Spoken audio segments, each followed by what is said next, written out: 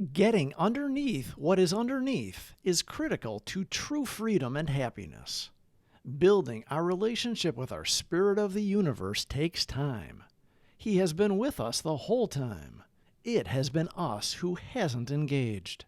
All relationships take effort. If we ignore our significant other, only acknowledge them when we need something, that relationship will not grow. Same with our higher power. We are better people when we are less concerned with ourselves and have a real interest in others. We are seekers after all. That is how we find and keep on the spiritual plane.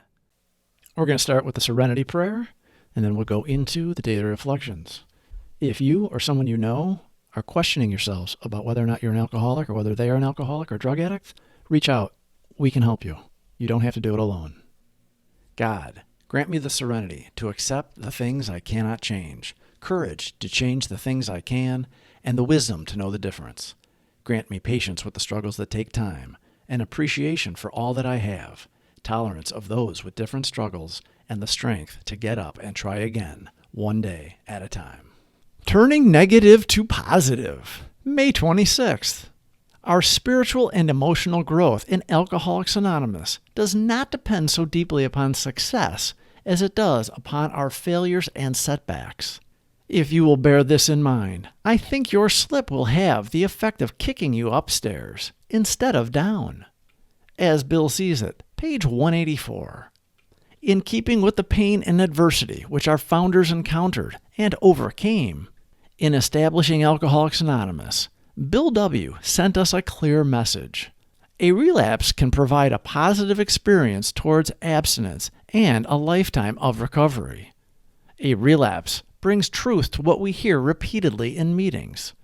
Don't take that first drink. It reinforces the belief in the progressive nature of the disease, and it drives home the need for and beauty of humility in our spiritual program. Simple truths come in complicated ways to me when I become ego-driven. Stumbling in life can teach us not to repeat what we did and come out the other end wiser for the effort. Alcoholics are living in a delusion that we can drink like normal men. That delusion has to be smashed if we are to get recovered. If we don't, we are doomed. Controlled drinking is suggested in the Big Book. Sometimes it works and sometimes it doesn't. It can work if we have a God in our lives. It rarely works if we don't. We need to hit that bottom, and controlled drinking, when we discover we can't do it, is a bright spotlight. Another approach mentioned in the Big Book is to try and stay off the booze for a time, say a year, and if we can do it, then maybe we aren't alcoholics.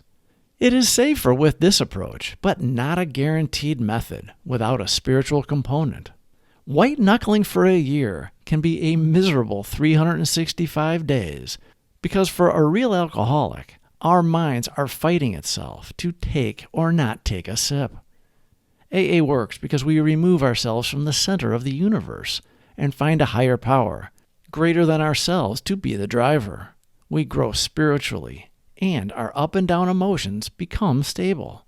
We say spiritual progress, not spiritual perfection, which means we know we are not God and will never be God. But we want to shoot for perfection trajectory by aligning our will with our understanding of His will for us. We lose our fears and become more other-centered and happy. Living life on life's terms means looking at our part in every interaction and how we can make them better. Honest self-reflection without taking personally any criticism or feedback from others is a good place to start in learning from adversity. We are not always right, and we most certainly are not always wrong. And we have a forgiving God for when we have done wrong. We make amends and we forgive when others have done us wrong. Praying for others who offend or who do not agree with our way of thinking keeps us humble and lessens the chances of escalation. Nothing will make a situation worse than taking a drink over it. A slip, a relapse happens long before taking the first sip. We have a disease that resides in our minds. We pre-plan. Ego-driven lives are petri dishes for alcoholics. Toxic, self-centered fears grow rapidly, and we justify bad thinking and behavior. We wallow in victim mentality, rationalizing hurting others and then drinking. When we put God at the center of our lives, we don't wallow. We celebrate our faith by praying for others and seek His direction. Life flows smoothly and conflicts are diminished.